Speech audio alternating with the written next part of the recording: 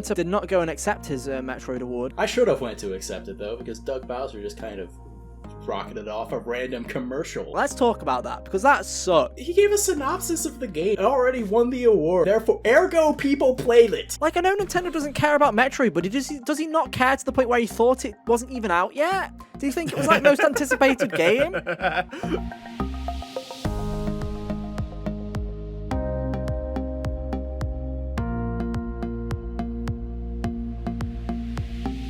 Hey, how's it going, everybody? Welcome back to another episode of the HGO podcast.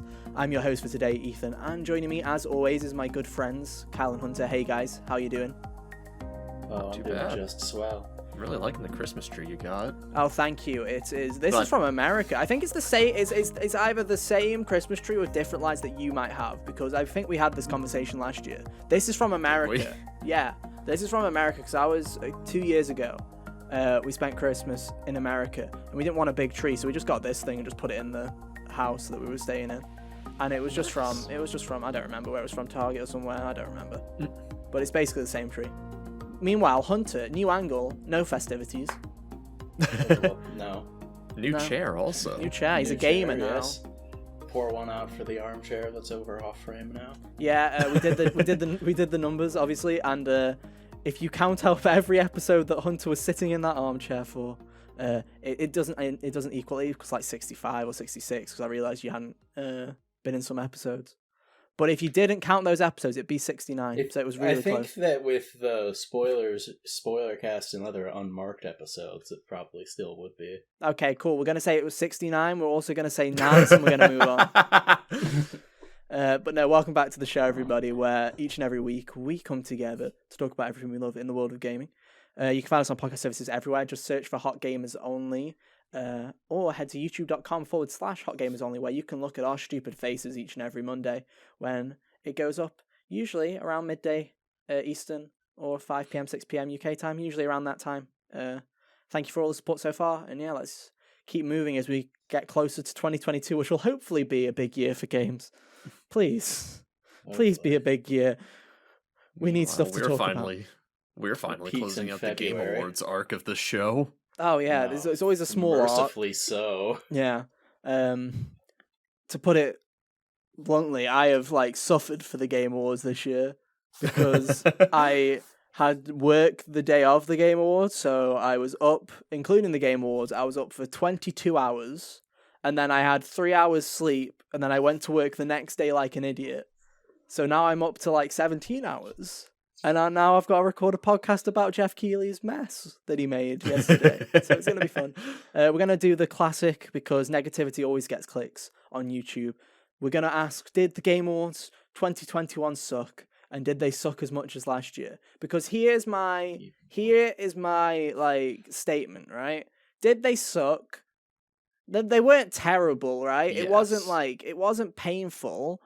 It wasn't as bad as last year. I'll say that frankly. This was a better year than last year, because last year there was at least a couple of reveals here where I'm like, oh, that's cool. At least we got something.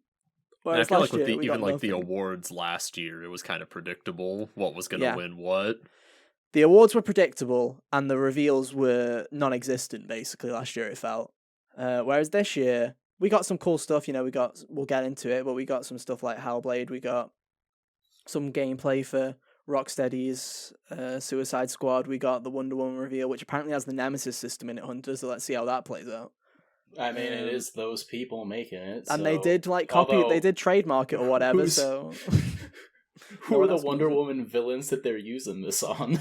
I don't know. Are they just Cheetah, Ares, and then who else do you have? I don't know. Pedro Pascal? Yeah, Pedro Pascal, my favorite villain. We'll have to see, I guess. I can't wait to fight Ober and Martel. But yeah, the way we usually do these shows is we'll go over the winners, we'll go over how many we got right from last time, how many we got wrong, what we think about the winners overall, and then we'll go through the reveals, we'll give our final review, what we thought, and then we'll wrap it up. I played that Matrix demo, so no one else has to. So did my due diligence there. And we'll talk about how it looks pretty cool, but my god, does it play like ass. So we'll talk all about this week, and then next week we'll be back to regular filler content. It'll be fun. Your regularly scheduled 3x3. Your regularly scheduled 3x3. What will it be? Who knows? Will someone else be on the podcast? No, because there never is. So yeah, let's someday we'll get a guest. 2022. That's my New Year's resolution. It's the year of the guest. Ask people on the show to at least have like 3 people on. We might have at least one person on by the end of the year. We'll see. Anyway, let's get started. So we'll start with our winners, stuff like that. So, unfortunately, Hunter, we did not keep the streak up of guessing nearly everything like we did last year. No, we did not. Last year we got, at least one of us got all but 2 of them. It was all but 3. It was 2, all but 2. 2. It was just wow, the only 2 that better. we failed on last year was best score in music. You thought it would be Hades. I said it'd be The Last of Us. Final Fantasy VII won. And the Hades other one didn't win that. No, I know, right? What? Remake won that because of nostalgia. And then the other one that we both failed. Yeah, the other one from last year that we both failed was best fighting game, which Hunter bet on Under Night. I bet on Grand Blue. I didn't even write what the winner was, so I assume it was Mortal Kombat. Mortal Kombat. Yeah, it was Mortal Kombat, wasn't it? Yeah. Of course it was. So this year, at least one of us got 16 out of 24 right this year. That is such. I like how adding another person made our average go down. Yeah, it should have made it. It should have filled in the blanks, but it didn't. I mean, we did just as bad. I will also state that this was a harder year than last year to predict because there were so many wild cards and a load of random stuff and all the Deathloop shenanigans in the way. So let's get into it. I will not reveal the scores for who got the most right yet because we're going to keep that viewer engagement rolling. Keep watching with us and you'll find out. Yeah. Or one person will find the timestamp and put it in the comments. Don't do that. Anyway. and Hunter, you definitely don't Chaotic do evil. I know what he's going to do. Don't you dare. We need that audience retention. So, we're going to go in the order that we predicted them. I'm not even going to mark it. I'm just going to put it there. Just on its own. Yeah, exactly. But anyway, we're going to go down the list in the way that we did it last time, and we'll talk about it how we feel. So the first one was game direction that we predicted, I guess. Hunter guessed Deathloop, I guessed It Takes Two, and Kyle guessed Deathloop. The winner, Deathloop. So you two both got a point for that one. I think I won though because this is the one where you got a GIF. This is the one where Joseph Ferris did like the what did he do? Was it like the? Yeah, I think it was that, wasn't it? He literally threatened the audience for not giving it to him, which I love. Next one. This one is an absolute tragedy. I thought we had this one in the can, guys. Best narrative. We all said Life is Strange 2 Colors would win this, and I believe I said, ironically, that there's no way that it doesn't win this one, and it didn't win this one. Win it, Guardians of the Galaxy. Didn't see that one coming. So scientifically speaking, I can't say robbed because I haven't played it yet. Yeah, I was just going to say, have any of us played Guardians? No, it's on my list, but it's going to be one of those games that I probably get to summer of next year when it's really quiet, probably. I do want to play it because I've heard great things, and I do like the Guardians of the Galaxy. I don't love Guardians of the Galaxy as much as everyone else loves it, but I do enjoy the films, so I'll get around to playing it at some point next year, probably. Maybe, who knows? Still, though, that was... I remember I was just like... It just seems odd. Yeah.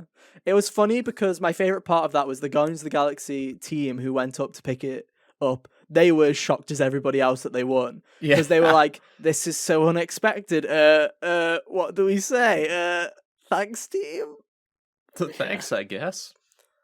So yeah, that was this one. Next one, also a bit of a fucking oof, a bit of a whiff here. Art direction. Hunter guessed Kena Bridge of Spirits. I guessed Ratchet and Clank. Kyle also guessed Ratchet and Clank. Winner, Deathloop. Yeah. I mean, I said it last week. I should have just said Deathloop because I had made the observation that it was like the other winners in previous years. Here's the thing, though, is I said this last week. I was like, it doesn't. It's got the most like the art style, the animations that they did, like the kind of 1950s, 60s kind of cartoony kind of animations. Those are cool. The actual art those are style of the cool. video if they were in game it more, that would be great. it's lame. And also, if they didn't have a weird glitch where they just kept tearing, the screen tear and the cutting, like the animations just didn't work properly on them, which sucked at launch. I don't know if they ever fixed it. But the art style in that game, like I said, actually in game, it's just like 6 different enemy types with like different colored heads, and that's about it. Like they have different explode masks. into rainbows. Yeah. Bit of a like even like the what are they called? Visionaries don't look visually distinct from the other guys, really. Not really. The only distinction they have is they have actual faces, unless it's the wolf guy who doesn't have a face because he's also wearing a mask. And in I that think area, they glow when you start fighting them, so that's how you know. And my favorite part about the wolf guy is they're like, oh, he's distinct though because he has his own unique mask. But his whole gimmick is when you go to his party, everybody's wearing his mask, so everybody's got the same mask on. So you can't even tell him out in that mission, and it's kind of the point of the mission, but it's still kind of stupid. Ratchet and Clank, man, Insomniac seems to always guy with a remote turret. Oh yeah, true. that is. I killed him with like the meat grinder. I think I don't remember how I did it. I liked that. That's like probably my favorite mission of the lot of them actually in Deathloop. Ratchet and Clank seem to be like Insomniac. For as much as everyone praises Insomniac and everyone loves Insomniac, always the bridesmaid, never the bride, man. Like genuinely, they never seem to. Spider-Man also got whiffed a lot at the Game Awards last time round. Yeah, Red Dead and God of War took everything. There was nothing. Yeah, and this year it was. To be fair, it wasn't just one game that was pub stomping this time round. Yeah, it was a mix, but Ratchet and Psychonauts 2 as well. Yeah, neither one of them. Like it's a shame. A lot of noms, but nothing to show.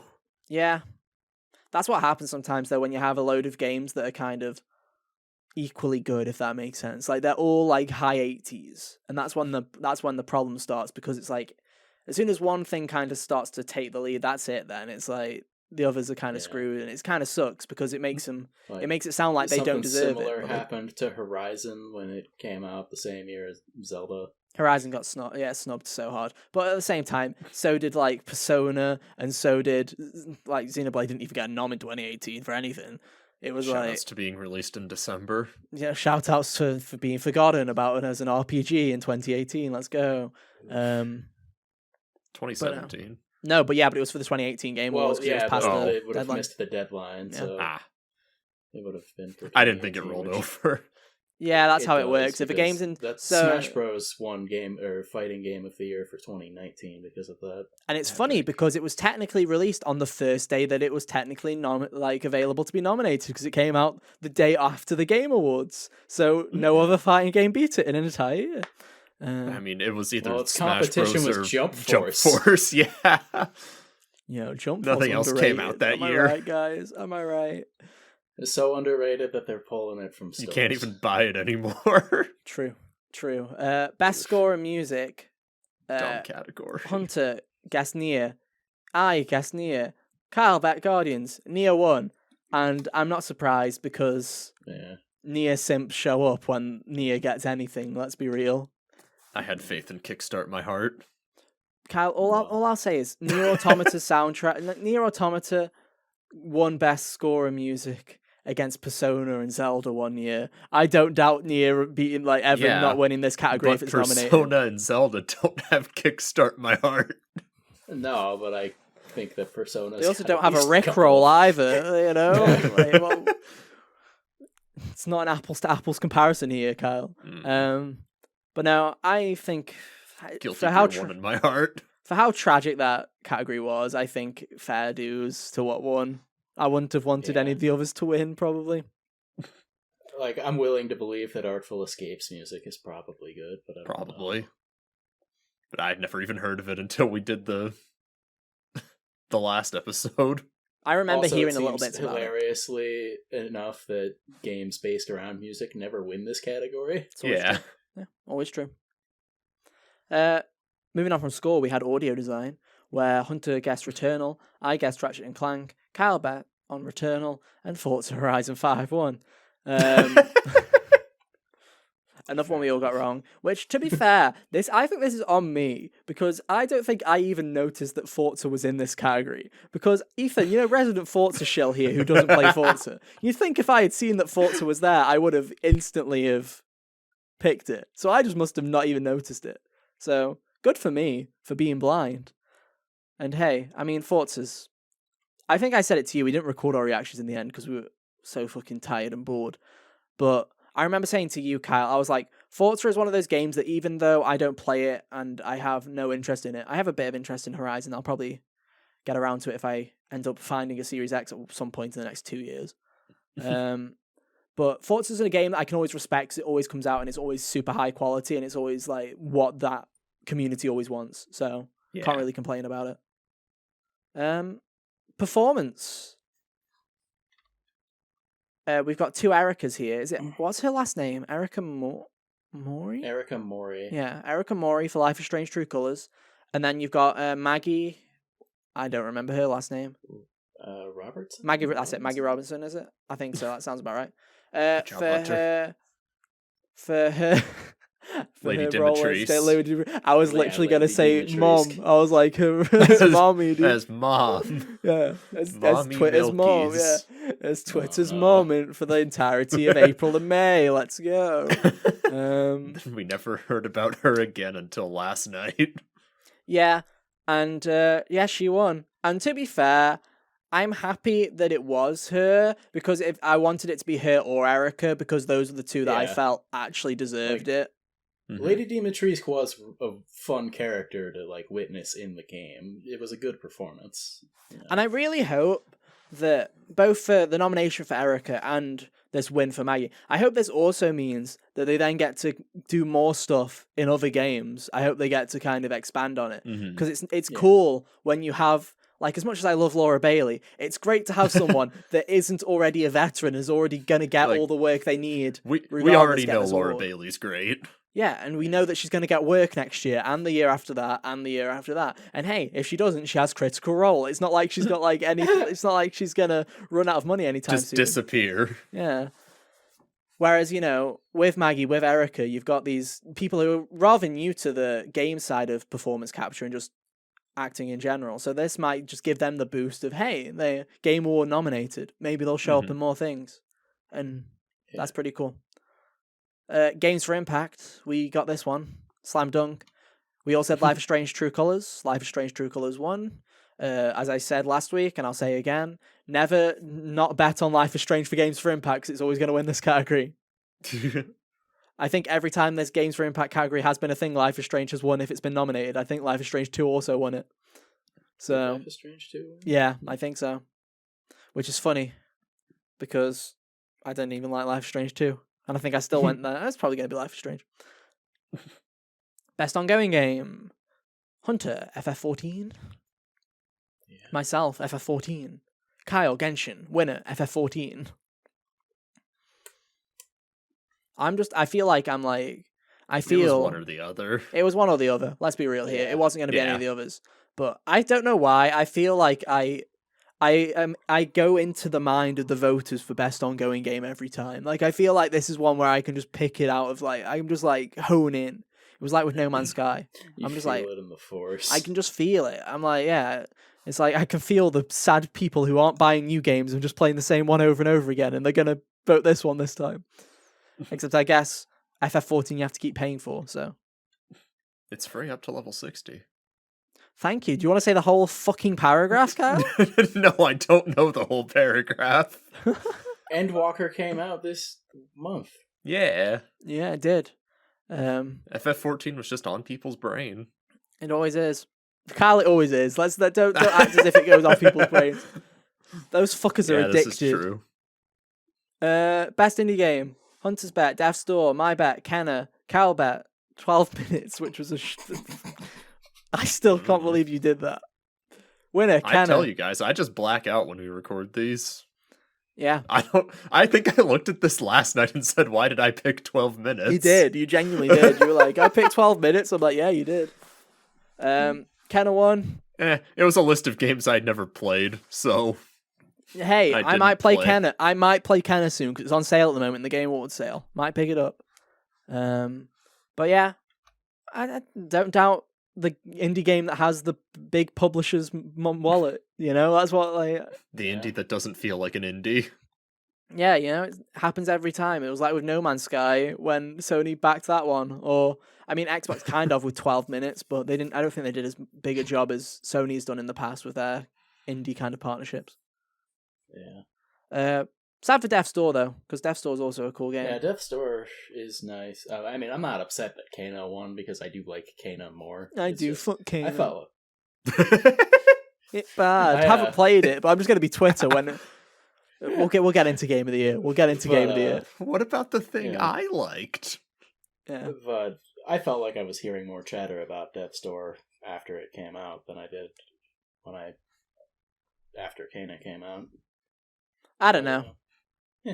Anyway, we all whiffed the next one. Best mobile game. We all said Pokemon Unite and Genshin won. Never fucking doubt the weebs. I lied, guys. I think I remember After saying it lost to Among Us last year. I mean, to be fair, the people who play Pokemon and watch the Game Awards are probably the people who hate Pokemon. True. I hate Yeah. Pokemon. You're I didn't right. think about that when you brought up the power of Pokemon as an IP. Yeah, true. I forgot that their gimmick is that everyone hates the IP. I forgot. You have a point. I can't believe last week I think I specifically said Genshin fans don't show up and then they showed up. So hey, love to be proven wrong. Best community. We all said FF14 and FF14 won. Anyone shocked? No. I mean, I feel like this was already a lock, but then the whole Yoshi P crying because of the 2-week delay, I think that sealed the deal. Because everyone was so like, don't cry, Dad. And then that's it, they won. And Yoshi's like, got the suckers, We'll we give won. you a trophy. Yoshi P's like, got the fucking suckers, we got that trophy. Now to treat him like shit. Go back to 1.0 of FF14, let's go. The original FF14. Exactly. Accessibility. Me and Hunter, Ratchet and Clank. Kyle went with Forza. Forza 1. I didn't even know what I was voting for. My favourite part about this was as they were reading out the nominees for accessibility, Kyle was like, why did I vote Forza? And then Forza won, and he was like, yes, let's go. I'm like, of course. But hey, Again, a can't- list of games I didn't play this year. again, Ratchet and Clank taking that L again, even though it's Maybe. like, we tried so hard. When you try your best, but you don't succeed. Got so far. Yeah. Best action game. Fucking yes. We all Yes, said dude. said Deathloop. We all said lock it in. Winner, Returnal. Love to Yeah. see it. Yeah. Love And to I see it. I just want to point out the paradoxical nature of Returnal then losing to Deathloop for the best game direction. It doesn't make sense. It's game directions. Yeah, it's a weird one. Mhm. But I'm so happy Returnal got something. I am so Me happy too. that Returnal got something. Deservedly so. Yeah. Action adventure. You both said Dread. I said Ratchet. Dread won. Not didn't know how shocked. to I make think him. I specifically said that I think Dread will probably get it. I don't remember. Maybe I said Dread shit. I don't remember what I said. You It's been probably a said week. both, honestly. Probably both, to be honest. They're back to back. Just to cover your bases. Well, you know what I'm like with Nintendo fans. I Appeal to can't give them. everybody. I can't give Nintendo fans like any happiness because then they'll go back to being their stuck-up selves. So I have to beat them down. I liked Metroid Dread, but it's shit and worry. it's awful and it's broken and it's old, bad, and then the Nintendo fans cry again. Don't worry, Nintendo did a good job beating up their fans last night. Oh I'm yeah, not we'll get to showing up. By we'll get doing to that. nothing. I got a point, so who cares? I nailed a prediction. Yeah, Soothsayer congrats, you Ethan. got the one prediction. I out of got all the of Persona us. one as well. I got the Persona The one. prediction. Oh, I don't remember all of our predictions. Kyle won the time bet. Yeah, we'll get into it. RPG. Hunter and Oh, Ethan there went is with Tales of justice. Arise. Kyle went with Monster Hunter Rise. Tails won. Thank God. Suck it, Cyberpunk. I mean, I don't think Cyberpunk was ever going to win, to be honest. It did. You know, the other times. I think Monster Hunter would have probably come second, and Yeah. then Cyberpunk, Mhm. and then whatever was 4th and 5th. Scarlet Nexus. And then what was the 5th one? I don't remember. Some 5th game. Was it SMT? Oh, SMT definitely came last. Also, I love this, right? I don't know if you've noticed, if you look at SMT5 on Twitter now, it's gone from the unanimous praise to people are already shitting on it and calling it mid. I love SMT fans, by the way. I love SMT fans. Literally 3 weeks ago, they were shitting on me for saying that I didn't like it, but that's okay. And now they're all going, mid-game, SMT4 better. They've already, bombed it. I'm like, SMT fans stay losing, as always. That's just how the Atlas fans operate. Honestly. When a new game comes out. Honestly. Like I say, live in a vacuum. Come over to HGO, subscribe, and then don't look at any Atlas Twitter. Just we're usually positive, so stay with us. Yeah. We will not shit on Persona 6 for it not being an older Persona game, I promise you that much. When it comes out in 2028. There will be a whole unique list of reasons we get mad. Anyway, best fighting game, we all said Guilty Gear 1. Cal felt some kind of satisfaction from that, I assume. Not really, because this was a gimme for Guilty Gear. Yeah, but at least it got one. Ratchet and Clank got fuck all. Psychonauts 2 got fuck all. At least Guilty Gear got something. It won more awards than It won more awards than some of the nominees for Game of the Year. It got as many game awards as Crash Bandicoot's Nitro Fueled got. Think about it. Crash Team Racing Nitro Fueled, also Game Award winner. Ratchet and Clank, shit. CTR, Game Award winner, baby. Let's go. Game Award winner. Best family game. You two thought the Mario Party. I said It Takes Two will win because it's not a Nintendo game. It Takes Two won. Finally, this was Nintendo's category and they finally lost it. I'm so happy. Fuck Nintendo. In all honesty, though, I was just glad because Nintendo just seems to always just get this, as a hand me. Because, how many years have we had? It's the category is just made for them. No, but here's the thing, Hunter, is every year there are family games that don't get nominated because they're too busy giving 5 noms to Nintendo. Yeah, that's what I meant. It's specifically they made it to just throw all of Nintendo. They literally, you know how some of them I didn't mean You know how it was accessibility was sponsored by Chevrolet, and then I made the stupid joke of yes, because nothing's more accessible than a motor vehicle for everybody. Everyone can drive. Yeah. It's family games should be best family game sponsored by Nintendo, and then because 90% of the time all 5 nominees are Nintendo anyway. Yeah. And also, can I just say, one of them was 3D World. I hate to break it to you, that game came out 8 years ago, guys. 7 years ago. Yeah. It's old. That game old. Game old. I hate to break it to you. Wait, it was 2013, wasn't it? I was right with 8. What's that game 2014? No, because 2014 was Smash 4 and Mario Kart, wasn't it? Or was that 2015? That was 2015. No, because I thought Splatoon was 2015, and then 2016 was the year of nothing. Splatoon was 2015. 2016 did have nothing. Yes, it was. Smash 4 was 2014. Yeah, Smash 4 was 2014, which means the 3D World is 2013. Okay. 8-year-old game. Was still nominated for a Game Award in 2021. Just want to throw that one out there. But Ethan, it got a new thing. Also was new Pokemon Snap. Just want to throw that one out there also new Pokemon Snap. Kana didn't get a nomination for that. That seems more like a family game to me. Yeah. Didn't WarioWare also get a nomination? Of course it did. It's a Nintendo game. Sure did. I'm surprised SMT5 didn't get a nomination. I'm surprised.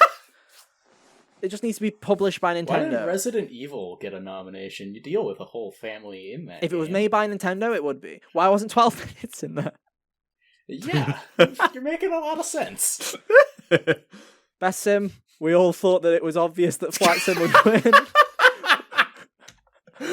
We all thought we had this on lock. We all took an L because apparently Age of Empires is still popular in the year 2021. So congratulations to Age of Empires for literally making us look like clowns. Slightly ahead of me on that. So when you went, oh, I guess not. I was part of me was hopeful it was Inscription that won, and then it was Age of Empires. I'm like, oh, that's boring. That's boring. Yeah, it was no one saw that one coming, and not in a good way. Anyway, best sports and racing game, Forza. Guess who won? Forza. Not shocked. Yay, cars. I love how people were like, "Oh, Forza's not been robbed because it's not up for Game of the Year." It still won a load of fucking awards. Like, Forza stayed fed this Game Awards, so can't complain really. Best multiplayer game. Hunter said Knockout City for some reason, even though I swear I told Hunter that game died 2 days after it came out. My bet was It Takes Two. Never saw the review. Kyle still had faith in the Monster Hunter community, who just obviously didn't show up this year. They really didn't. Disappointed in you guys. Winner of multiplayer game, It Takes Two, well deserved. Joseph Harris did not make a speech for that one. Cringe. Debut indie game. We all said Kenna. Kenna won. Yeah. I don't know, Hunter. I feel like you played the most indie games this year. Were you happy with that one of the picks? Yeah, of the picks for sure. Kenna was the one that I think stood out the most. Fair enough. I don't remember the other nominations offhand. And Death's Door, I think. Was Death's Door on it? I don't remember. Death's Door wasn't their first game, so no. Oh, this is debut indie, isn't it? Sorry, debut indie.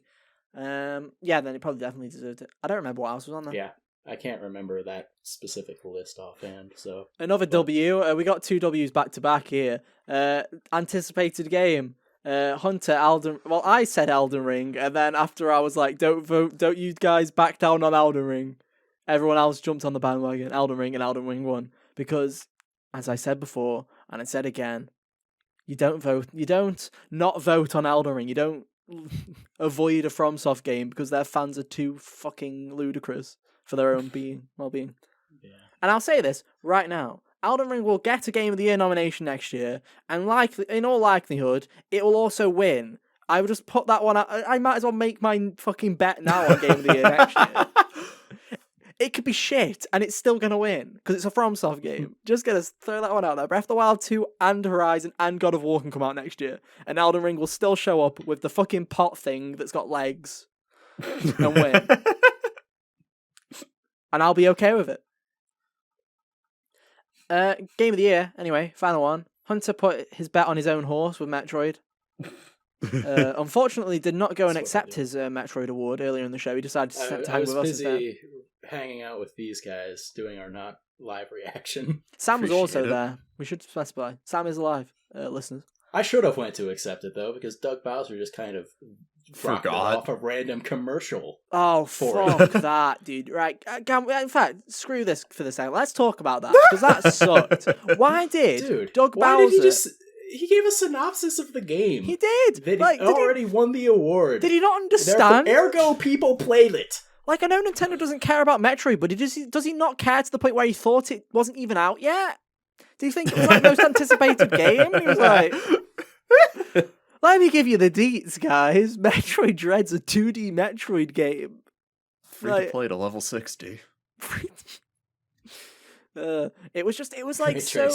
It was so, awkward, because he just started then... It's like he got the back of the box out and started reading it. And he was like, 1 player support, local play. Like, he just started reading the fucking squares at the bottom. He was like, oh shit, no, I'm accepting an award.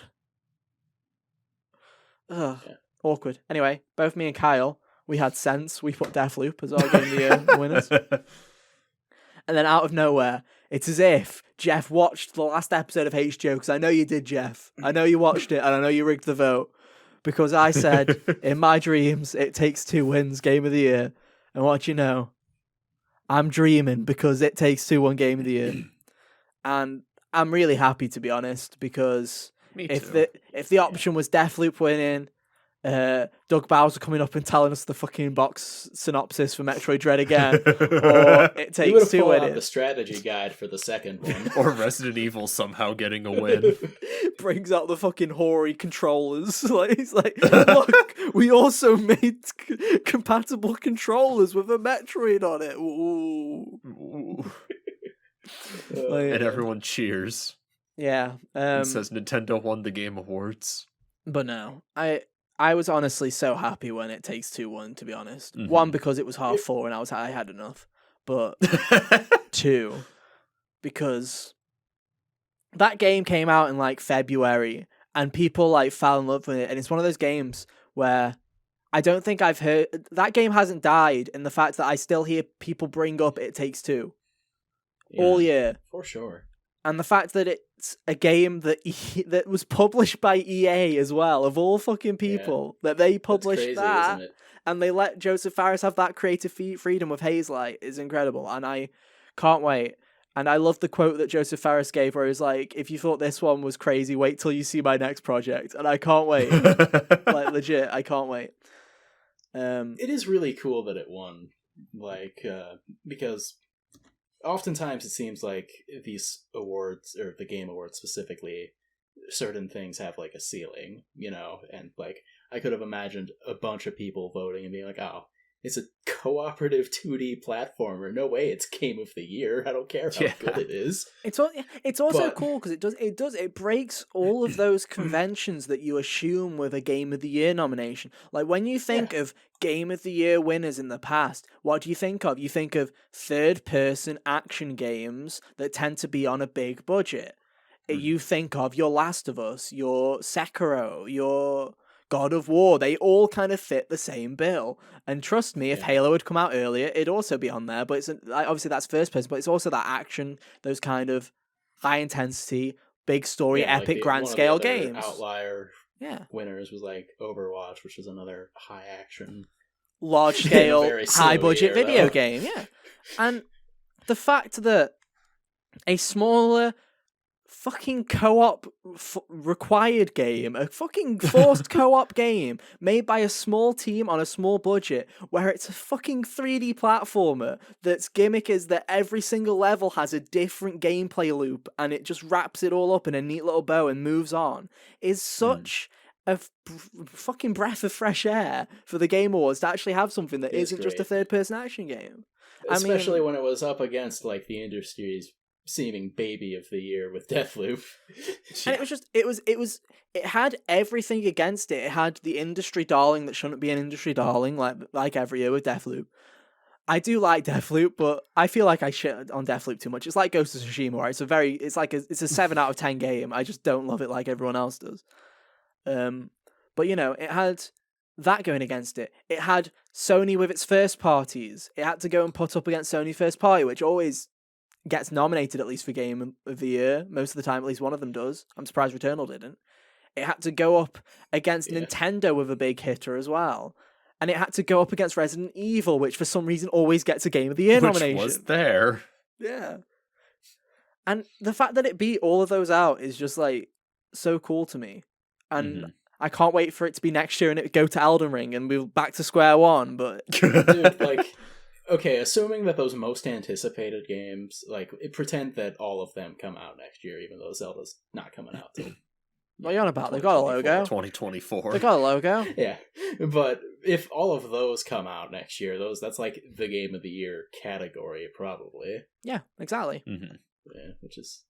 Yeah. Well, yeah, I can tell if they all make it. Yeah. With one more, you know, because I guess there's 6 for this. Well, yeah, it would be... My guess is... If everything happens as as we think it will happen, which is everything gets moved to 2023, but I digress. If everything comes out like they say it will, then yeah, the nomination will 100% be Horizon Forbidden West. It'll probably, my guess is it'll be Horizon, it'll be God of War, it'll be The Legend of Zelda, Breath of the Wild 2, it will be Elden Ring. Then my other guess it'll be either Forza 5 if that comes out, or Gran Turismo 7, because that will probably, one of those will probably make it. And then, there'll be what's the other game that was nominated for most anticipated? Starfield. It'll be Starfield. I was thinking, it's Starfield, but hold on, that's like a November. Does it make the deadline? That will qualify, yeah, that's the last week. Yeah. November 11th is the last week that it could qualify, so it will qualify. Because I think the cutoff's usually like the 15th, so it will just qualify. Because if the rest of the competition makes it, it's not winning. Yeah. Well, I don't know, because here's my thing is, it's going to come out and it's going to be a buggy Bethesda game that I will love and people will love, but it'll be a buggy fucking mess, right? But also, Bethesda Game Studios, because they didn't even work on Fallout 76, they have literally been working on Starfield since Fallout 4. They have had years to make this game. And it's still going to be a buggy mess. But there's that hope that it won't be. And I guess we'll just have to live on hope. But yeah, 16 out of 24. Final numbers. Kyle, first year, by the way, doing Game Awards predictions. So, new to this. So he did have a disadvantage. He did come in last with 9 points. Not bad, Kyle. Not a bad first showing. Hunter was in second with 11. And then I won with 13. And if you want to know what made me win was me saying Family Game was It Takes Two, and Maggie for Performance was basically what made me win. And there you go. Yeah. Yeah. Pretty much. So yeah, always fun. I don't think, like I say, I think we've been through it. I think most of them were at least deserved. I don't think there was anywhere I was like, oh, for fuck's sake, in particular. Yeah. Maybe Age of Empires because I just wasn't expecting it. But it's all good. Anyway. I didn't have a horse in that one anyway. Like, I didn't play any of those, so I mean, neither. Really... Jeff didn't have a horse in that one either. It was just the footnote. Maybe award. Nate Hill did. That's what most of the awards were. I think Nate Hill had a fucking leg in that race, dude. Oh, God. I don't know, dude. Go to his channel and let's find out. Let's take this intermission to say my least favorite part of the entirety of the Game Awards was fucking Nate Hill and whoever that co-streamer was, that female streamer who was co-streaming on twitch.tv/Nate Hill. That was so annoying because one, Nate Hill literally he just held up a piece of paper. He seemed like he was just getting paid a fucking fat stack to be there, and that woman literally. She sounded like she was being like threatened against her will. Like Jeff Keighley was behind the camera with a gun saying, say twitch.tv/Nate Hill. And she also, what did she pronounce wrong? She pronounced the mobile game thing Genshin Impact, didn't she? That was funny. I respect that though. Not knowing what Genshin is, wish I could be you. Anyway. Shall we talk about the reveals? This bit will be quicker because there's a lot of shit we don't care about. Hell yeah. For sure. You ready for this? One of my favorite reveals was in the pre-show. These ones are in order. You ready? Truth. First up was the multiplayer Dead by Daylight 3, the Texas Chainsaw Massacre. Hunter, are you excited? No. Cool. I don't even understand this one. Leatherface is in Dead by Daylight. True. What's the point? True. Moving on. I will say, there is something funny about the phrase multiplayer game based on a true experience. There's just something comedic about that to me. Fictional game based on true... Yeah, it's a multiplayer game if you think about it. I wish they'd use that wording every time that they do a World War II game. No, fictional game based on a true experience. Yeah, exactly, yeah. But it is kind of weird, because it's like, oh, true story. It's like, you kind of go, oh, that's weird that the, the game, it's weird. But it's also at the time where I feel like most people now, like, especially younger people, their only thing that they know about World War II is, oh, wow, I've played a World War II shooter. So to them, it's like, World War II is in a weird way, like, kind of fictional, because they don't know what it was really like. Yeah. You know? It's weird. Anyway, we're not going to go into the debate of World War II and how people feel about it anymore. We don't need to do that. We're already... That's for next week. That's for next week. Join us as we discuss the morals of... It's people history thinking, only. It's people thinking that World War II was fiction because of video games. A bad thing? Who knows? Yes. We bring on a real anti-vaxxer who has that opinion. Let's find out. Don't look at me like that. Bring on our expert, Joe Rogan. Joe Rogan. Can't wait, dude. Can't wait. Anyway, Homeworld 3 was announced. Or was shown again. I don't think anyone cared. I don't even remember this.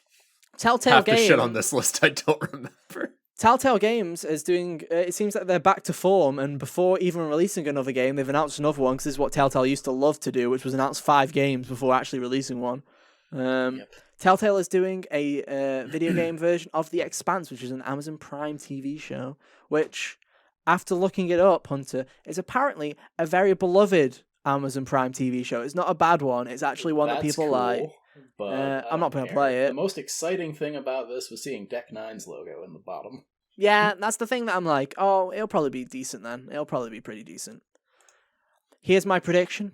About a year after its release, maybe a year and a half, it'll be a PS Plus game, and I'll probably play it for the Platinum. There's your prediction. Chivalry 2.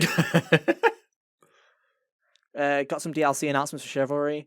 We just laughed I at it remember because it was this a very one 'cause funny they trailer. carried away a pig. Yeah, They stole a pig. Yeah, we said that's a new Fall Guys minigame where you have to steal the enemy team's pig and take it back to your base. I think my favourite part was just like pick up the pig underneath your arm and run, get the pig. So that was pretty interesting. Monster Hunter Rise Sunbreak got another showing. I'm sure. Well, the Monster Hunter fans didn't show up, so I'm sure they don't care.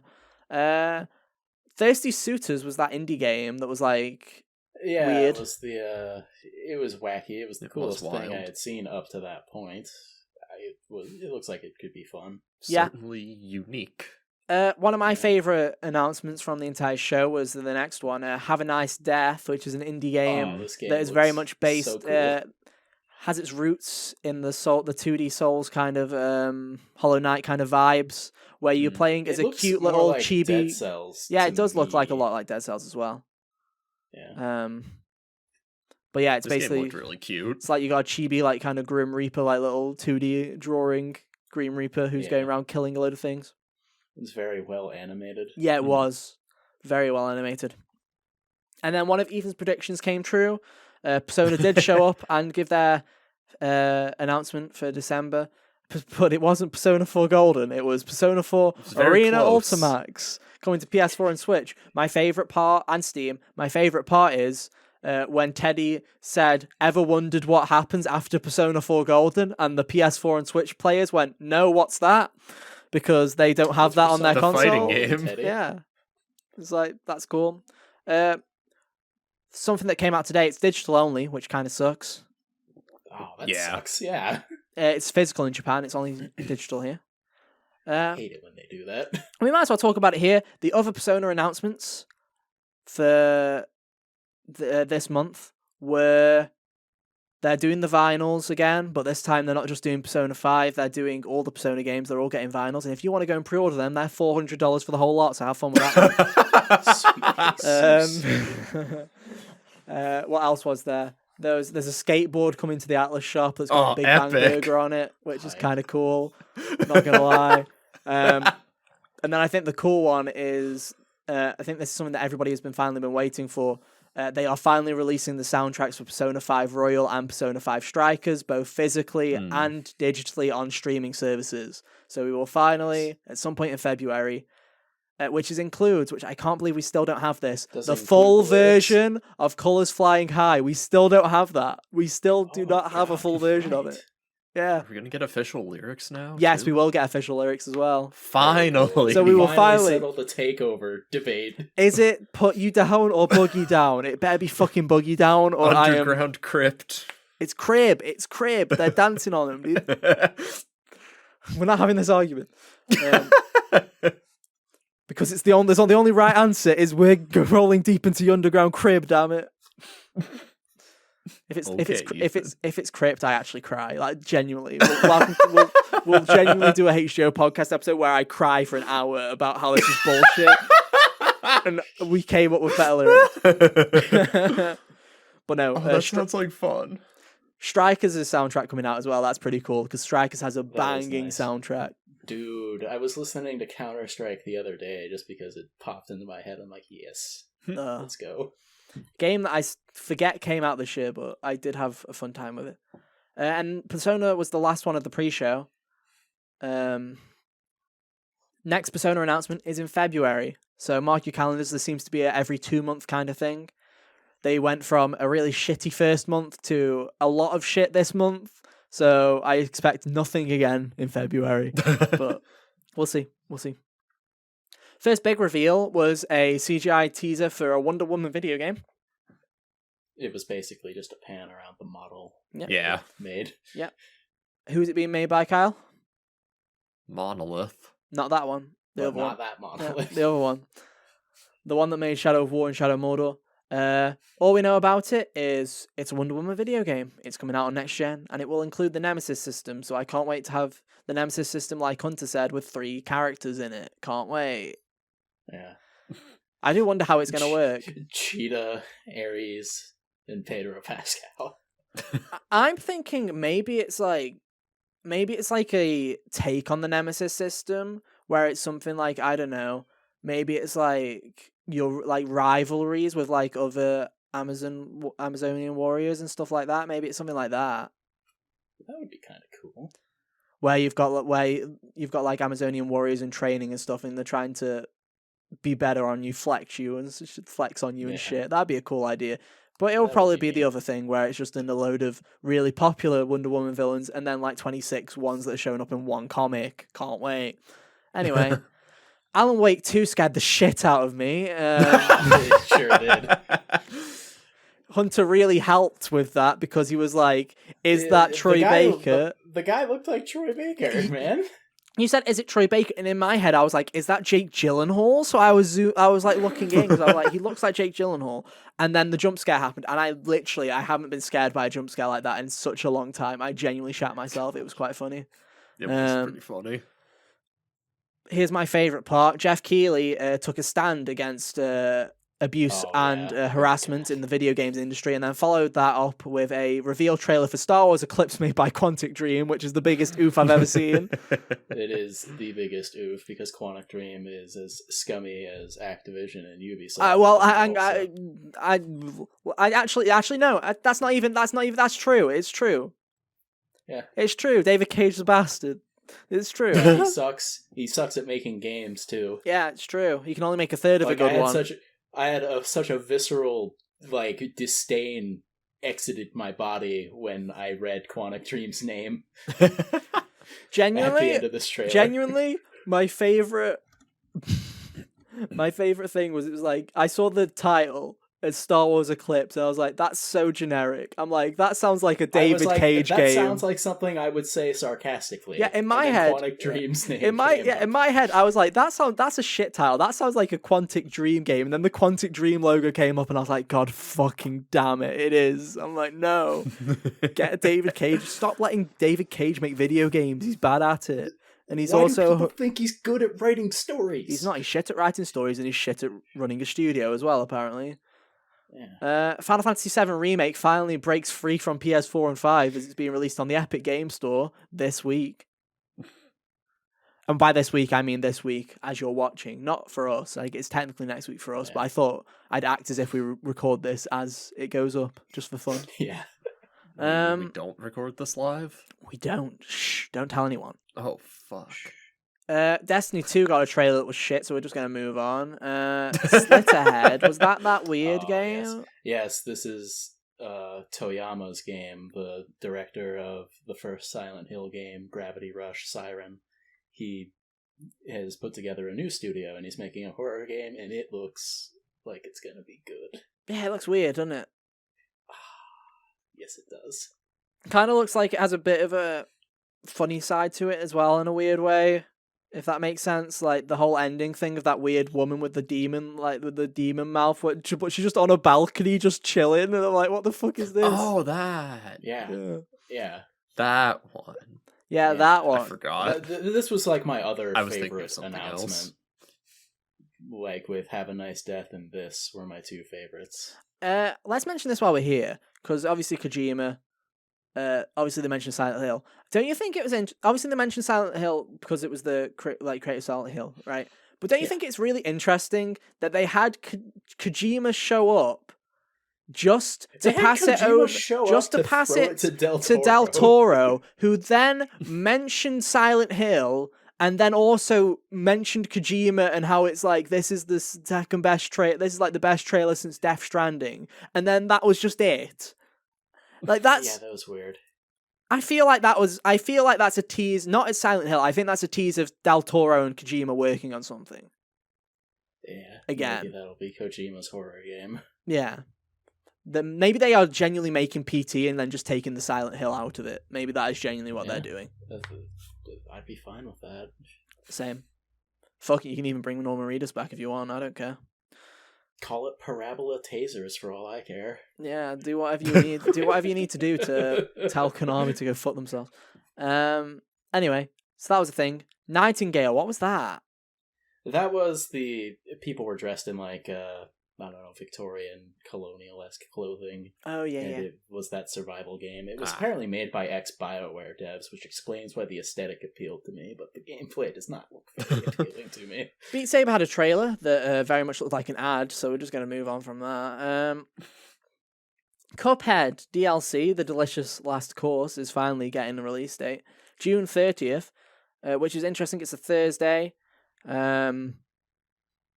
PlayStation and Xbox both tweeted about it, saying it is the 30th, so I don't know if it is a placeholder like you suggested, Hunter, because that is the end of a quarter, so it's a weird day to have it. I was saying that because it is the end of a quarter. Insane Trilogy did also come out on a day like that, though, so it's not strange for a game to come out at the end of a quarter. Yeah. But this one's also a DLC, too, so... A DLC that we feel like has been in the making for fucking longer than the game at this point. It's been a while. I don't know, man. Cuphead got shown at so many things before. Well, yeah, didn't it get shown? Didn't it get shown at like 2013 or something, and it didn't end up coming out till 2018, 2019, 2014 or something. Yeah, man. crazy. Yeah, it didn't come out till 2018 either. Sonic Frontiers got shown off, which is I don't remember what Sonic of the Wild. What have other people? It's an open world Sonic game. Yeah, which to me, the first thing I said was "Good luck, Switch." Was because I said I can guarantee this won't run well on Switch, and Hunter was like, "Well, you can't guarantee it will run well on PS5 because it's a Sonic game." And I'm like, "True, to be fair, you've got a point." It's kind of Sonic related. There was also the Sonic the Hedgehog movie 2 trailer, which I do want to say one of my favorite moments was that Jim Carrey anecdote, which went on for far too long. Screaming his Scottish accent at us was the highlight of the show. It really was. He did that for 3 minutes, and it was rather funny. What else? And then the trailer showed, and to be honest, that film just looked fun. I was like, I'm happy. That was one of those trailers where it was a trailer for a movie where I'm like, I'm fine with this being at the Game Awards, because it feels like, especially because Sonic, the original Sonic movie especially, felt like it was a film that was made by fans of Sonic. Yeah. It feels like it is like a kind of, I don't know, like love letter in a way to the original franchise and stuff like that. And I also love how in Japan, this film is called Sonic vs. Knuckles. So nice little reference. Yeah, we got to hear Idris Elba's Knuckles also. I love that people are quote tweeting the tweet where Idris Elba said that Knuckles won't have a sexy voice, and they're all quote retweeting that saying "damn liar," and I'm like, no lies detected. And then a load of people started calling them furries for saying that, and then a load of people are like, no, I don't want to fuck the echidna, I just really like Idris Elba's voice. And I'm like, okay. You guys do you. But no, Sonic movie looks pretty cool. Warhammer Space Marine 2 was announced, which apparently was a big deal to some people, apparently. Maybe I would be able to tell better if I could tell the difference between any of the Warhammer games that come out. But I couldn't tell you what, if you showed me both trailers for Warhammer that were shown at the Game Awards last night, next to each other, and then next to the other 7 dozen that show up at Keeley's things, I would not be able to tell you the difference between any of them. That's the problem. I think people would care more if they didn't release a Warhammer game every 2 weeks. Yeah. Because this is the only Warhammer announcement which I'm noticing here, Hunter, which means every other Warhammer thing that showed up at the Game Awards last night was an ad, technically. Oh. So maybe our numbers are off, because maybe we thought that they were new games. Our numbers are off, because it's hard to tell. I thought that what I was seeing was something that he had shown already that just didn't come out yet. No. Apparently those were just ads. That was the only Warhammer game that was actually new. Dune is getting a game, because why not? Yeah, just why not? Yeah, that's coming out at some point. Moving on. Among Us is getting a VR version. I can't wait for that to resurface Among Us for a good 3 weeks again for content creators. I'm sure that's going to be funny. I just think that's going to be... My favorite part was that the Twitch chat and the stream was screaming Among Us the whole time. For every reveal. So then when it was Among Us, they were like, Among Us! Like, yeah, well done, chat. You got it right. It just took you 40 attempts. You got it right. It looked interesting. I think what's funny about Among Us in VR is that, to me, seems like it's more of a horror game, because when you're running away from someone who's chasing you, because you know that, like, as you're running to the button hunter, and you know that they're the imposter. Yeah. In the regular game, you can see behind you, so you can see them. Whereas in VR, you're going to be fucking running for the hills, and you're not going to be able to look behind you. You're just fucking shitting yourself, like. Yeah. I think it'll have an interesting dynamic to it. So it looks a bit goofy, but it'll be probably funny. How just the change in perspective can change the whole tone of the game. I genuinely think it will be interesting. I think it will refresh Among Us a bit for people if they have a VR headset. I think. Mm-hmm. I think it looked goofy, but at the same time, I think it might actually do something quite interesting. We'll see. Star Trek is getting a game that we thought was a Telltale game, but it isn't a Telltale game. It's just a Telltale-like game because it's made by people that worked for Telltale. Did you get that? Did I say Telltale too much? Maybe. I don't know. Any of you guys into Star Trek? Any Trekkies? No, not particularly. No, no. same here. Cool. God, can we talk about how much I hated the next one, Rumbleverse, dude? Can we not talk about this? So, if that was potentially the worst thing they showed. It was like It's hard for me to hate something more than Fortnite. But it was going this for game it. tried. I hate that. I don't like the Fortnite art style. I think I've just grown accustomed to the Fortnite art style after being fucking bashed with it for years and years at this stage. Yeah. But this just looked somehow worse. Like, genuinely, it's awful. I mean, at least with Fortnite, you could put on, I don't know, stolen IP or borrowed IPs. Not stolen because they had permission, but borrowed IPs and pretend like it's not something so bad. This just looks atrocious. Yeah. Me pushing stuff out of the way on my end, by the way.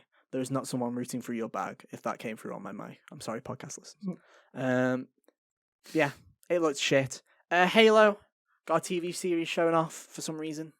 It looked like Halo. I don't know. I've never been a big Halo guy. I still haven't played all of them properly. My biggest exposure to Halo is Red versus Blue. Same, probably. Yeah. My goal is eventually when I do get a Series X, again, when they start to resurface, is I will one day play all the Halo games, just so I can say that they're overrated. Am I right, gamers? Rise up. Arc Raiders, I don't even remember that. I don't even know what this was. Cool. I can't recall. Like, shall I do a quick search? Very cool. Yeah. And this doesn't appear to have, like, things that we had seen before that have returned, like Senua or Horizon. Yeah, so let's talk about those really quick. Hellblade, I thought looked cool, but I thought there was too much of a showing, personally. It was just this weird, long, scripted sequence that doesn't really show you much. I mean, to be fair, Senua's Sacrifice was just a lot of walking and some combat, and yeah. So, I guess, you know, it's a play game, not a show game, if that makes sense. Yeah, for sure.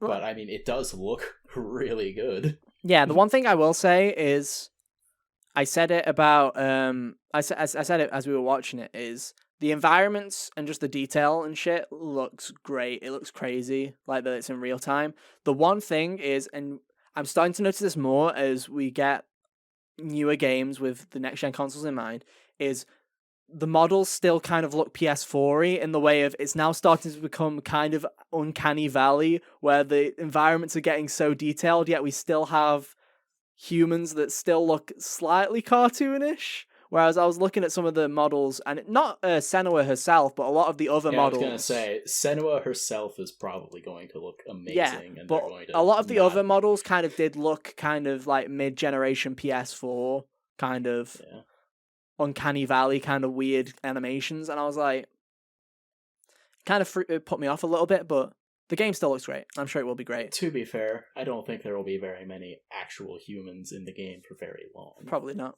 Another game that kind of fit that was Plague Tale as well. They both got long showings. I'm like, why? Yeah. they're the same game, weird. Jeff. They're going for the same kind of tone. Yeah, they go for the same thing. Yeah, I think Plague Tale's, strangely enough, I think them not doing the just long scripted sequence worked a little better. Mm-hmm. Because I was able to pick apart a few things that were new, and even without like getting a straight up just chunk of the game thrown at me. Mm-hmm. But it looks like it'll be fun. I'll be interested to see how the rats travel over the water. I like that they get on a boat. There's a boss fight where you're fighting. It goes to Assassin's Creed 4 Black Flag mode where you're doing a fucking ship battle with a ship completely piloted by rats, sailed by rats. I don't know what. Is it sailed or is it? Yeah, it would. Yeah, I assume it's sailed. But yeah, crewed maybe. Crewed by who knows? What else was shown? That was Suicide Squad was shown. Right. What I will say is this game, from both of its trailers and now this gameplay one, is consistently really well written. Like fuck me, like these 3 trailers have already shown more personality in these 4 members of the Suicide Squad than both of the films have done with any of the fucking characters. Like legit. Like Captain Boomerang is so funny in these trailers, and every time I'm like, okay, he's gonna get old. But then when you have when you have the bit where Flash is fucking running around them in a massive circle and fucking Boomerang's just like, oh, piss off. I'm like, yeah, this is like hilarious. Yeah. And I love the scene with Flash where they're trying to shoot him and Flash is like, did you get him? And Deadshot like jumps. Just mail me the bullet. Why don't you just mail me the bullet is like fucking excellent line. Like the writing of this game is so good, and I mean, slightly expected because Rocksteady games have always been written really well. Like even for better or for worse, like say people don't like the Arkham Knight reveal, but it was never the writing to me that was the problem with that. It was the premise, it was just the structure of the story. Exactly. I just like some of the, like I say, the writing in this game so far so good. They're still gunning for 2022. The gameplay looks decent. My only concern is how's this game gonna play solo? Yeah. I mean, to be fair, it looks like the characters and stuff move around in an entertaining. Oh, they look so fun, like that, and they all look so unique because you've got Deadshot with his jetpack. You've got Harley Quinn, who just seems to be kind of like Spider-Man-esque, where she can just swing from shit and start like. Basically, she's the brawler. She can just do hand-to-hand combat and start beating shit up with the baseball bat. Boomerang is got like this teleport, like speedster kind of ability with his boomerang, where you can throw the boomerang and kind of catch up to it, which is really cool. That is neat. And you can like he's Noctis. Yeah, yeah. Well, except with 300% with personality. Yeah. Oh, you just reminded me of the fucking start scene. If you weren't listening to the start scene of that trailer, go and watch it, where Boomerang's got the fucking iPhone or whatever, and he's doing the recording, and he's basically going through all of the Justice League members, and then he just gets to the Flash at the end, and he starts like calling him basically the Justice League's mascot, and then he's shit, and then you just see the Flash just run in and like fucking kick him, and it's so funny. Yeah. I missed that the first time around. Honestly, I'm optimistic about that game. I just hope it plays well in solo. Yeah. Because I really don't want to play that entire game in co-op. No, I don't. I never want to play any game in co-op most of the time. Yeah. So. What else? Was there anything else that was a reoccurring one? Horizon got another trailer. I think they shouldn't have bothered. Yeah, I mean, some of the enemies, they showed off more robots that look cool, to be fair, but I don't really think I need to see more Horizon if it's still gonna come out. Like I said to you guys, I forgot that game's like 2 months away. Yeah. In a good way, where I was like, oh boy, I only have to wait 2 months for that? That's cool. But... Yeah, for sure. I just thought of something, and now I can't remember. There was a trailer for something that They showed Elden Ring's probable opening cinematic. Yeah, it is the opening. They stopped it right at the point where the classic FromSoft intro screen, which is usually just a fucking JPEG, shows up. Do you want to talk about how Nintendo didn't show up? Sure. How'd you feel about that? Everyone who thought Xenoblade Chronicles 3 was going to show up is a fucking idiot. Well, they're fucking clowns, dude. They're fucking clowns. I'm just going to say it. Xenoblade Chronicles 3 is not something that Nintendo would have shown at this award. No. It's not something Jeff Keighley would have taken for his award show either. Well, hang on. Saying that, I just want to say, saying that, he took Bayonetta. Yeah, but people care about Bayonetta. No, they don't. Don't they? No, Bayonetta, fucking Xenoblade 2 sold more than Bayonetta 2, I can tell you that. It still feels to me like Xenoblade's more of a niche thing than Bayonetta. Yeah, it's because it's a JRPG. That's the thing, is you can literally sell a action game that sells half the copies of a JRPG easier to a Western gaming market than you can a multi-million selling JRPG franchise, because that's just how it is, it seems. Yeah. But no, I was surprised we didn't see any. I genuinely thought that they might have shown either a tiny bit of Bayonetta or I would have guessed maybe Bayonetta or maybe even anything showed Kirby's up. out in like 2 or 3 months. I maybe just show Kirby again. Sure Yeah, is. like March, isn't it? Yeah, show Kirby again. I 100% think there's going to be a January Direct. Yeah. 1, because they need to show more Kirby off. But 2, because Nintendo really, they've got all these games that have 2022 TM written on them. And they don't have anything, like, they have no schedule. Like, they have Kirby. Yeah. But then they've got a lot, they've got Splatoon 3, they've got Bayonetta 3, they've got the untitled sequel to The Legend of Zelda Breath of the Wild, the best name in the universe. They've got all these games, right? But none of them have windows, let alone Yeah, it's just days. this weird cloud of possibility. Yeah, they're definitely going to have a January Direct where they tell us that Splatoon will be summer, and they tell us that Bayonetta will be fall, and they tell us that Breath of the Wild will be second Is half next year. 2022, so that they can delay it to 2023. Yeah.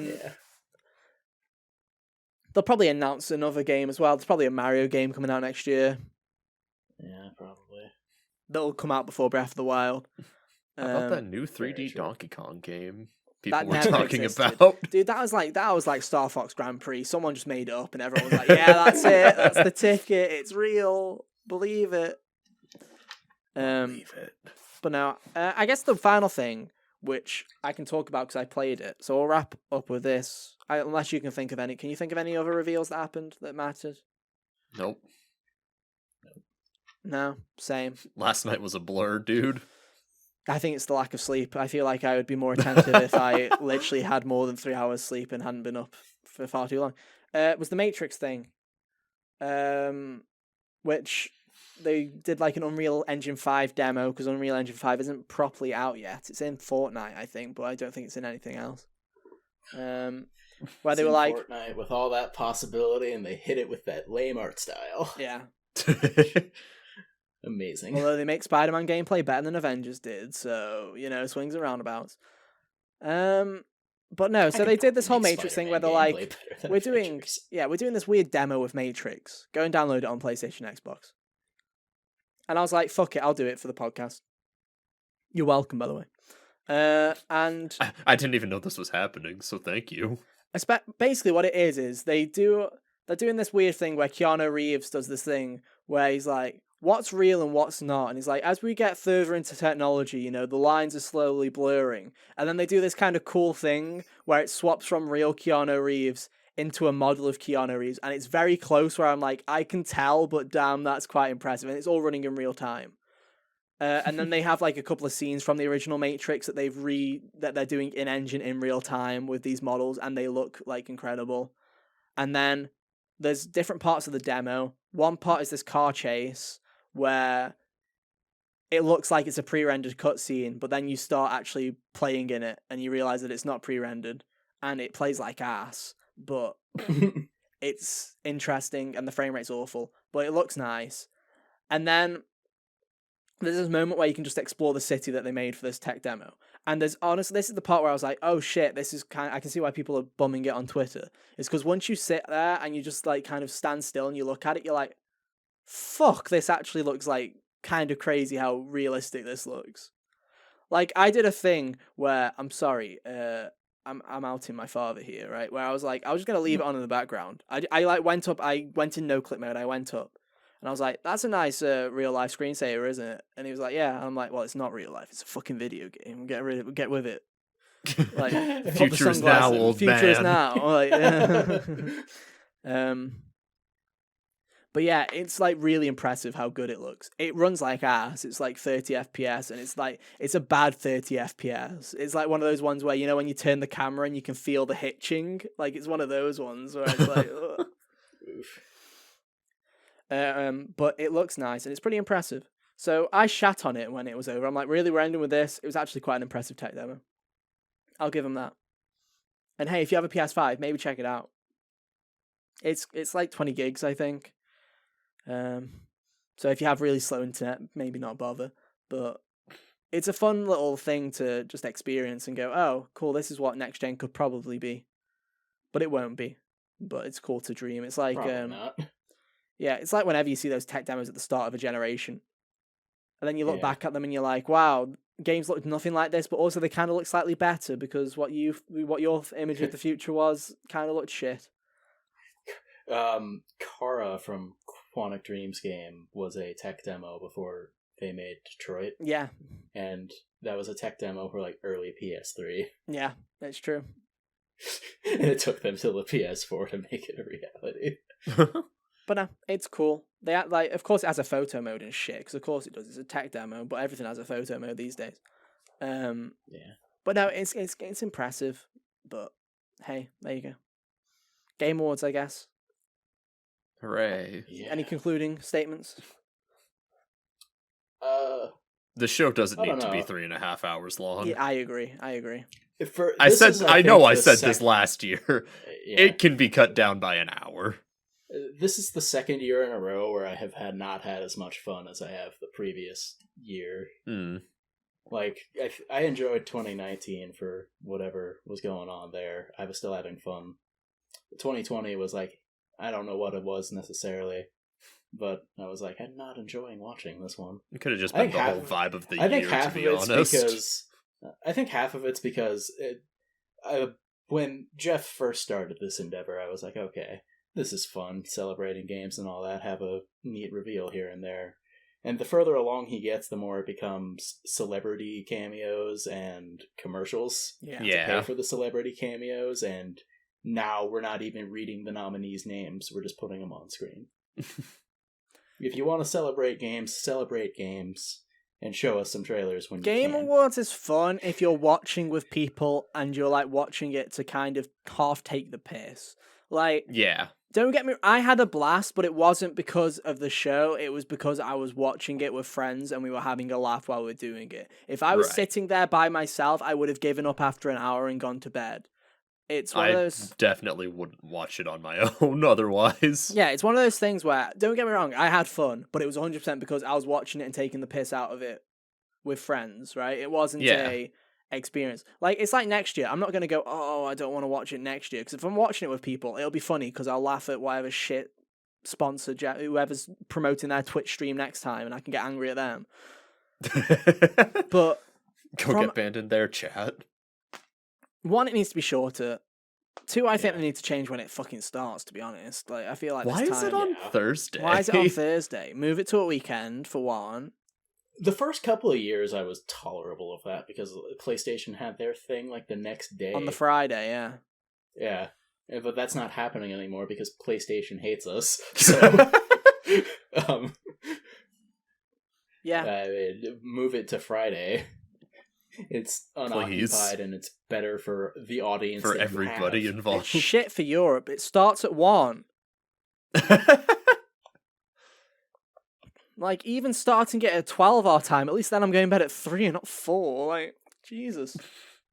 Stupid. And he's like, oh yeah, but we have to cater to Asia. I'm like, oh yeah, because I'm sure everybody in Japan is watching the English Game Awards. Dude. Why does Asia care about what the America gives? They don't. Too. Yeah. I'm not out here. I don't think there are very many Americans looking up who won the Famitsu Game Japanese Awards. game. The Famitsu Game of the Year. No, I don't know. I just always think it's weird. But hey ho. Yeah, really, that's my main criticism is cram it down, like, genuinely. Please. We don't need all the musical performances, especially the ones that aren't game related. We don't need them. We don't need all these stupid, like... I know you... Right, I understand that you have to have ads because you need to somehow pay for this fucking thing because it's not cheap. I understand If you cut down on all the people that you crammed into your show, you wouldn't need as many ads to pay for them. True. True, but at this point, it's like... Nice cause and effect right there. I don't know how many of them Jeff is paying to be there and how many are actually because like a couple of the celebrities that do show up genuinely do just show up because they actually like video games. There are a couple of them, But like, yeah, when you have Simu Leo come on and do this shitty fucking attempt at a joke where he's like, I'm playing Halo on my phone in portrait mode. Also, kind of disrespectful to the category that he was presenting for, too. Yeah, true. But, the further this show goes on, the less they care about the actual awards. Yeah. I mean, how many times did I say last night, Yeah, I yeah, forgot this is a Game award Awards show? Yeah, I forgot. I had to keep getting our spreadsheet up going, oh yeah, fuck, I guess it's been half an hour. I guess they're going to do another award now. Yeah, genuinely. My favourite part, by the way, is when they go, and the Game Award for Best Game Design is Deathloop. And then you hear the woman's voice in the background going, Deathloop also wins these other 3 categories because we don't have enough time to mention them. And it's like, you know what I mean? Because that happened a couple of times. Not have enough time. That happened a couple of times where it was like Forza won Best Accessibility or whatever. It's like Forza also wins Best Sports and Racing Game, and it's like, why aren't you like? Why did we have that whole fucking bit earlier? Why did Nate Hill come on for the 16th fucking time? Tell me to watch his Twitch stream, but I don't get the categories on here. It's dumb. Like the only things that should be like cut on are the ones that are only possible because video games are already existing, like the esports and the content creator thing. Yeah. Otherwise, it's all a perfectly valid part of game creation. Yeah, it sucks. And my final criticism of Nate Hill is that those shitty scenes where they're outside and Nate Hill's just smiling there with his fucking shitty piece of paper that says his Twitch account on it. And that woman has got no like enthusiasm. She sounds like she wants to fucking like not be there. She wants to be the furthest venue away from the Game Awards from the amount of emphasis she was putting on her shit. But those bits where they were outside, where you're like, oh, they've tucked it over to a live section and it's really shitty quality. No, those were pre-recorded because when I went to Nate Hill's Twitch channel during it to see if his chat was hating on him, they were in a studio. They were like in a different area. And I was like, what the fuck? So you're telling me those shitty sections were pre-records? What is this? Anyway. Who thought it was a good idea? Awful. Yeah, don't do that next time either. Also, don't give fucking content creator of the year to a cheater, please. That'd be awesome. Yeah. A cheater who admitted he cheated. Yeah. Who I only ever hear about this dude when he's being like a tool. Genuinely. Otherwise, his fan base is being a bunch of tools. Yeah, I don't know what he does even. What he cheat in. Minecraft. I'm not sure how that's possible, but that's messed up. How dare you ruin the sacred ground that is Minecraft. Dude, that was a fun month of that whole debacle when everybody was just like, I'm an expert at probability and statistics. We learned so much that month. It was crazy. My favorite part was when people were like, I'm an expert in bullshit, and then they were just like, Dream's a cheater, bye. It's not even people just like, I'm an expert in being a doctor. Dream's a piece of shit, bye. People are just like, anyone is like, I have an opinion. I'm an expert at wordplay. Dream sucks. Toodaloo. Exactly. But yeah, I guess we've rambled long enough. I'm tired. I need to catch up on sleep. So let us know what you guys thought of the Game Awards down below, or at us at Hot Gamers Only on Twitter. We'd love to hear from you. Did you watch it with friends? Did you sit through it by yourself, you poor soul? Or were you the smartest person of all, and did you go to bed and then just catch up on the highlights on Twitter like a true champion? Let us know. It was quick because there were no highlights. Yeah, I think they're the winners, to be honest, because they just got to see, what, Arena Ultimax is coming to PS4 in Feb? That's pretty cool. But yeah, we hope you guys have enjoyed our little breakdown. We're done with Game Awards now for another year. Congratulations, everyone. Hooray. See you in the summer. We've got that. Oh no! I forgot he does the summer thing. Oh, Kyle. I know, right? Kyle. I wasn't here for that this year either. Kyle, you just brought. Why do you always get to dodge these things? I had work, and Jeff did his show at 1 p.m. Oh, it's true because he does it for European audiences that time. That's why. That time he cares about Europe. Because Gamescom happens in Europe. Yeah, that's Germany or something. Big brain, big stonks. But no, we hope you guys have enjoyed. Next week, Dude, Ethan, go to Gamescom and go advertise our podcast. Yeah, sure. I'll be the Nate Hill next You'll time. be the round. Nate Hill. Yo, Summer Games Fest. Just walk around with a sign and hope Yo, Summer Games Fest. Head on over to twitch.tv/hotgamesonly. We're just offline and just be like, not even fucking streaming it. Honestly, that'd be on set, brand for us. Set up like an infinite loop of just the like intro, but with a link to the podcast. Yeah. Sounds like a plan. Or just play a random episode. Yeah, play the Halloween episode. Who cares? They won't be able to tell that we're not on topic because we never are. It's fine. But this has been a long ass outro, so I guess we'll just get started. Our links are on screen right now. You can go and follow us on our social medias to keep up to date with everything that we do outside of the podcast and all that jazz. But hey, if you just want to stay up to date with the podcast, that's cool too. You can go and follow us on Twitter at HotGamersOnly, or subscribe to the YouTube channel at youtube.com/HotGamersOnly. And hey, if you don't want to look at our stupid faces, that's cool. You can head to the link tree in the description or search for Hot Gamers Only on your favorite podcast services, such as Spotify and Apple Podcasts. And yeah, with that, that's been our show. I think that's the cleanest I've done that outro in a long time, and all it took was me being sleep deprived. Let's go. Don't stumble when I'm sleep deprived. Minutes of nonsense beforehand. Yeah, it's just like get all the nonsense out of my system, and then the outro's fine. For the 1 or 2 people that make it this far, hey, we appreciate you. You're the realist. You're the real homies. You're the hottest gamers. But yeah, that's been our show. We'll be back same time, same place next week for more. But until then, have an awesome week. And yeah, we'll see you next time. Bye. See ya. Toodaloo.